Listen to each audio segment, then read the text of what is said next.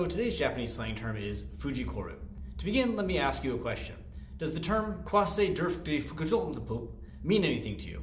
Well, probably not, but are you surprised to find that it has its own Wikipedia page?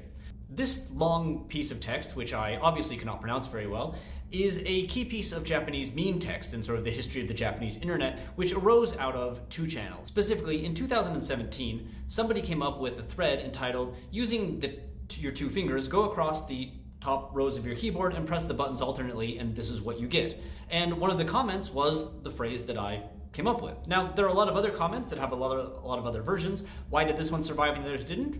I'm not sure, but it did, and it's become basically a Japanese meme text. It's even appeared in manga like One Punch Man, and it is appearing in Japanese anime at times too. In this case here, done by someone who really did a great job pronouncing it, much better than me. 死ぬのはお前だ相棒。貴様のいるキャンプ場にクマとトラとチワワ100匹を放った。うわ、何をする？クワルバシがフジフジコラピー。 So obviously though, this term is very, very long to type out. Some people do use it.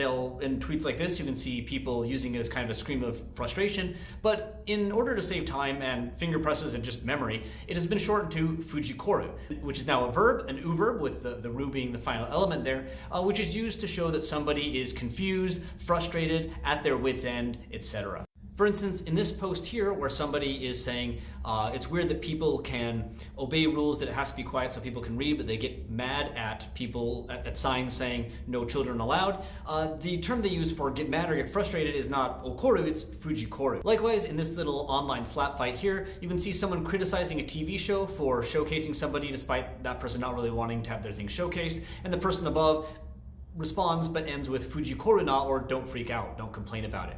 And then we have examples like this one here where you can see other kinds of conjugations. Indeed, people are having a lot of fun conjugating this verb. You can absolutely fujikota or fujikoteru, etc. You can even, in some cases, fujikoraseru, or make somebody get into a state of being frustrated, being unable to respond using normal words. And there are even cases that are a bit sort of playful and metaphorical, such as this one here where someone says that the hamburger looks so delicious that they are fujikoru.